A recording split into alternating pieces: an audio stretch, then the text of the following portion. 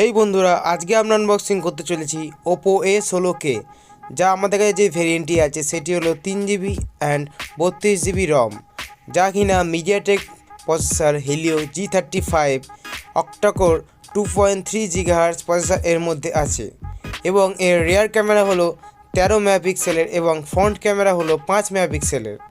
এছাড়া এর ডিসপ্লে হলো 6.52 ইঞ্চের HD+ LCD ডিসপ্লে এবং ব্যাটারি 4230 mAh এবং এটি হচ্ছে একটি 4G ভেরিয়েন্ট এবং এই মোবাইলটির প্রাইস হচ্ছে 10,490 টাকা। তো বন্ধুরা, বেশি না বকে পার, আজকের ভিডিও স্টার্ট।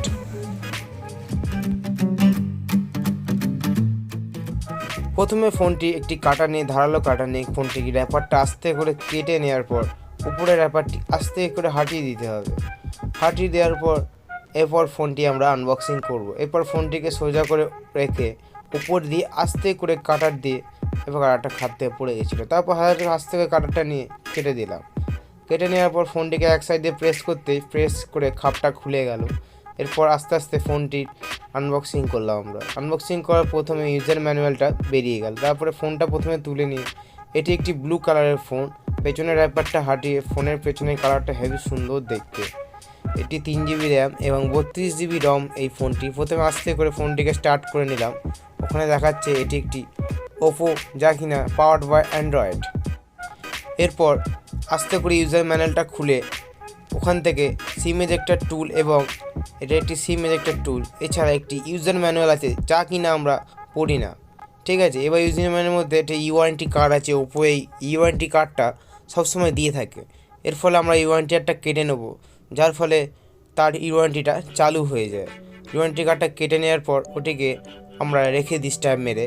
এরপর সেই খাপটি আবার ম্যানুয়াল থেকে বার করে নিয়ে সেই খাপের মধ্যে পুরে সাইডের কেসটি আলাদা করে রেখে দিলাম। এবার সেই কেসটি খাপের মধ্যে আস্তে করে পুরে নিলাম, দিয়ে সেই খাপটি মধ্যে সিম এজেক্টর টুলটি ভরে আস্তে করে খাপটিকে বন্ধ করে দিলাম। বন্ধ করার পর আস্তে করে খাপটিকে রেখে দিলাম। এরপর আস্তে আস্তে আমরা অ্যাডাপ্টারটাকে বার করে নেব। এরপর ফোন থেকে আস্তে করে অ্যাডাপ্টারটা আমরা বার করে নিলাম, যেটা একটি 10 ওয়াটের অ্যাডাপ্টার। এই ফোনের অ্যাডাপ্টারটি খুব তাড়াতাড়ি ফোনটিকে চার্জ করে দেয়, যেহেতু এর ব্যাটারিটা 4230 mAh এই জন্য তাড়াতাড়ি চার্জ হয়ে যায়।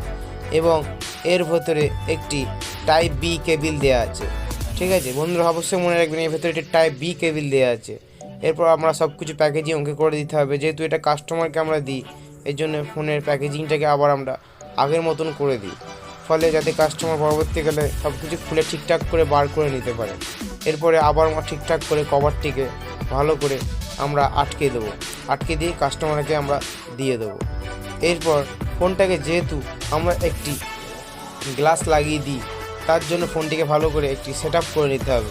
ফোনটিকে তাড়াতাড়ি আমরা সেট আপ করে নেবো, ঠিক আছে। এর ডিসপ্লে খুবই ভালো। এছাড়া আমার ফোনটি একটুখানি অপটিমাইজ কম ছিল, যেহেতু আমরা পুরনো ফোনে তোমার এই ফোনটিকে রেকর্ড করছি, যার ফলে অপটিমাইজেশনটা খুবই খারাপ হচ্ছে, ঠিক আছে বন্ধুরা। এরপর আমরা নতুন একটা ফোন নিয়ে আমরা এই অপটিমাইজিংটা করব।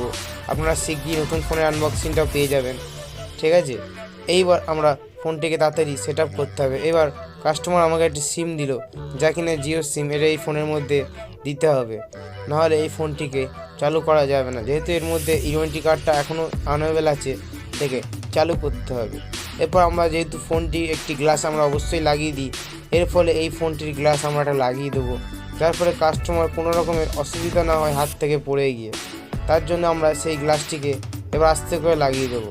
তার আগে সিম এজেক্টর টুল নিয়ে ফোনটিকে সাইড দিয়ে প্রেস করতে সিম এজেক্টর টুলটি বেরিয়ে এলো।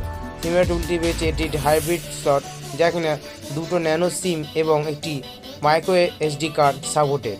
এবার সেই জিও সিমটাকে আস্তে করে আমরা লাগিয়ে দিয়ে ফোনটি সাইডে আমরা ঢুকিয়ে দিলাম। ঢুকিয়ে দেওয়ার পর ফোনটি সেট আপটা আমরা চালু করে নিলাম, ঠিক আছে। সব কিছু দেখে নিলাম, যে উপর দিয়ে আস্তে আস্তে টেনে দেখে নিলাম যে নেটওয়ার্ক সব ক্লিয়ার আসছে কিনা। যেহেতু সিমটা অলরেডি চালু আছে, ওর জন্য আমরা সব কিছু দেখে নিলাম। তারপরে দেখে নেওয়ার পর আমরা আরেকবার চেক করে নিলাম। এরপর আমরা সেই ফোনটির মধ্যে একটি গুগল ফোন অ্যাকাউন্ট সব খুলে দেবো এবং সব কিছু সেট আপ করে দেবো। যার ফলে কাস্টমারের কোনো রকম প্রবলেম না হয়। এই জন্য প্লে স্টোর খুলে আমরা সব কিছু সিমেল টিমেল সাইন আপ করে দিলাম যা সেই কাস্টমারের আগের জিমেল আছে। এরপর ফোনটিকে একটি গ্লাস লাগিয়ে দিতে হবে, নাহলে কাস্টমারের পরবর্তীকালে হাত থেকে পড়ে গেলে যাতে ফোনটির কোনো রকম ড্যামেজ না হয়। এরপর দেখলাম উপরে স্ক্রিন গার্ডটা অনেক স্ক্র্যাচ লেগে গেছে, যার ফলে আস্তে করে সেই ক্র্যাচটিকে আমরা স্ক্রিন গার্ডটাকে তুলে দিলাম। তুলে দেওয়ার পর নতুন গ্লাস আমাদের লাগাতে হবে, ভালো করে উপর থেকে নিচ থেকে ভালো করে মুছে নিতে হবে যাতে কোনো রকম প্রবলেম না হয়। ঠিক আছে বন্ধুরা, এরপর আস্তে করে আমরা ভালো করে আচ্ছা করে মুছে নিলাম। মুছে নেওয়ার পর তারপর আমরা গ্লাসটিকে লাগিয়ে দেবো। তো বন্ধুরা, ভালো করে দেখে নিতে হবে যাতে কোনো রকমের ধুলো না থাকে। এছাড়া আমার যেই দোকানে কাজ করি সেই দোকানের পাশাপাশি খুবই ধুলো ফুলো ওড়ে, যেহেতু রোডের পাশে তো ওর জন্য খুব ধুলো ওড়ে। ওর জন্য আমরা প্রথমে আস্তে করে গ্লাসটিকে রেখে আস্তে করে মাপের মতন মাপ করে রেখে আমাদের গ্লাসটিকে আস্তে করে রেখে ছেড়ে দিতে হবে, ফলে হাওয়াটাকে পুরোপুরি টেনে নেবে। যদি চারিদিকে কোণ থেকে হাওয়া যা আছে সব আমরা বার করে ফেলবো। যেহেতু এটি বাংলা চ্যানেল, অবশ্যই মনে রাখবেন আমরা সবসময় কিছু বাংলাতেই বলবো, তা বলে কিছু মাইন্ড করবেন না এবং অবশ্যই ভিডিওটাকে পুরো দেখবেন। যতক্ষণে আমরা মোবাইলটাকে সেট আপ করবো ততক্ষণ আপনারা দেখতে থাকুন কীভাবে সেট আপ করতে হয়। এছাড়া এই ফোনটি খুবই ভালো ফোন, যারা কমের মধ্যে এই ফোনটি খুঁজতে চাইছেন। এই ফোনটির ক্যামেরা খুবই ভালো, দুর্দান্ত। এছাড়া এই ফোনটি এতটাই দেখতে সুন্দর যা কিনা মহিলাদের হাতে খুবই ভালো লাগবে। তাই জন্য এই ফোনটিকে অবশ্যই আপনারা নিতে চান তো নিয়ে নেবেন। এছাড়া এই চ্যানেলটিকে সাবস্ক্রাইব করে বেল আইকনটা অবশ্যই প্রেস করে দেবেন। এই ভিডিওটি দেখার জন্য ধন্যবাদ।